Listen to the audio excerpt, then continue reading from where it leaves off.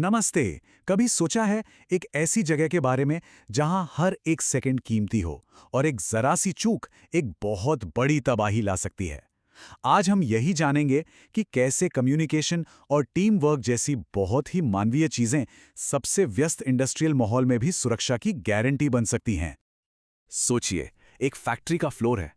मशीनें तेज रफ्तार से चल रही हैं, डेडलाइन का प्रेशर है और बहुत सारे लोग एक साथ काम कर रहे हैं।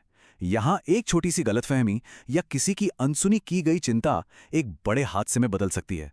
और ये कोई कोरी कल्पना नहीं है, ये कई जगहों की रोज की हकीकत है। तो सवाल ये उठता है कि इतने जोखिम भरे माहौल को आखिर सुरक्षित बनाया कैसे जाए। इसका जवाब दो बहुत मजबूत पिलर्स में छिपा है। ये सिर्फ नियम कानून नहीं है, बल्कि एक सुरक्षित वर्क कल्चर की नींव है। चलिए एक एक करके इन्हें समझते हैं। चलिए इससे थोड़ा और समझते हैं।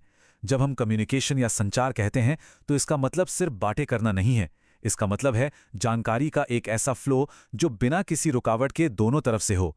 मतलब असेंबली लाइन पर काम करने वाले किसी कर्मचारी को अगर कोई खतरा दिखे तो उससे वो बात बताने में कोई झिझक ना हो, और मैनेजमेंट भी उस बात को सुनने और उस पर एक्शन लेने के लिए हमेशा तैयार रहे। और दूसरा पिलर है टीम वर्क। यहीं पर कम्युनिकेशन एक्शन में बदलता है। ये सिर्फ एक टीम में होने के बारे में नहीं है, बल्कि एक टीम की तरह काम करने के बारे में है। जब हर कोई एक दूसरे की सुरक्षा की जिम्मेदारी लेने लगता है तो एक इंसान की जागरूकता पूरे ग्रुप की ताकत बन जाती है। तो देखिए, ये दोनों चीजें अलग अलग नहीं हैं, बल्कि एक दूसरे पर पूरी तरह निर्भर हैं। अच्छा कम्युनिकेशन टीम वर्क को मजबूत बनाता है और एक मजबूत टीम खुले कम्युनिकेशन को बढ़ावा देती है। ये एक ऐसा पावरफुल सर्कल है जो सुरक्षा को पक्का करता है। तो ठीक है, जब ये दोनों पिलर यानी कम्युनिकेशन और टीम वर्क मजबूती से काम करते हैं तो होता क्या है असल में?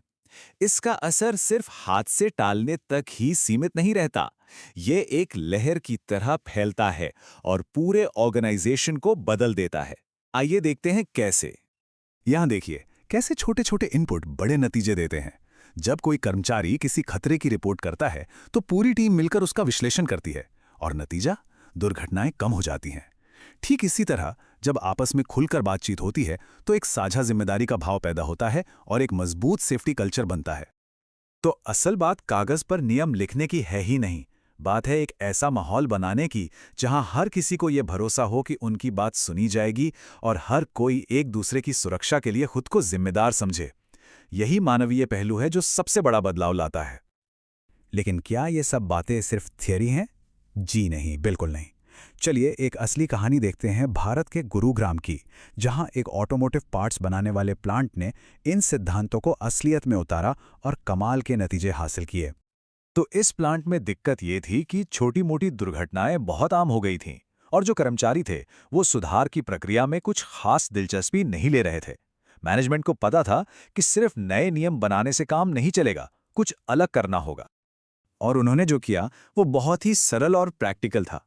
उन्होंने रोज सुबह काम शुरू होने से पहले सुरक्षा पर छोटी-छोटी बातें शुरू की, जिसे टूलबॉक्स टॉक्स कहते हैं। सुझाव पेटिकाएं लगाई ताकि कोई भी अपनी बात आसानी से कह सके, और काइजन यानी लगातार सुधार के लिए कर्मचारियों को ही लीड लेने दिया। और सबसे जरूरी, मैनेजमेंट खुद फैक्ट्री फ्लोर पर जाकर लोगों से सीधे बात करता था, जिसे गेम्बा वॉक भी कहा जाता है।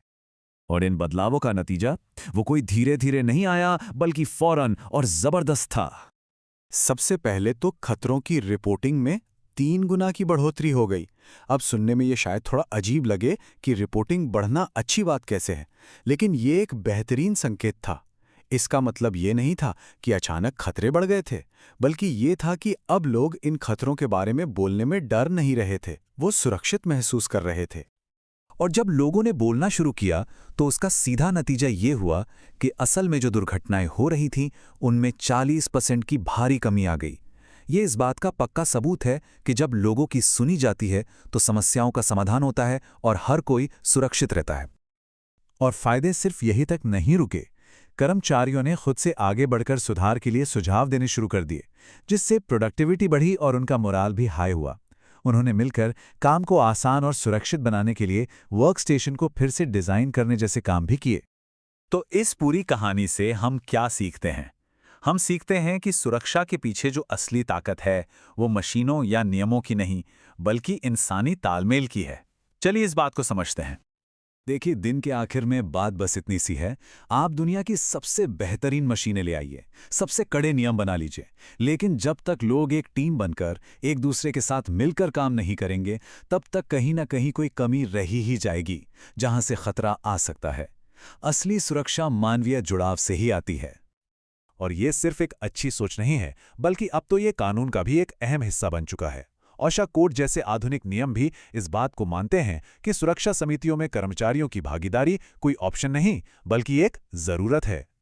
तो एक सवाल के साथ इस चर्चा को खत्म करते हैं। हमने देखा कि एक फैक्ट्री में ये सिद्धांत कैसे काम करता है, लेकिन सोचिए, ये और कहाँ-कहाँ लागू हो सकता है? हमारे अस्पतालों में, हमारी टेक्नोलॉजी की दुनिया में, या हमारे समाज में?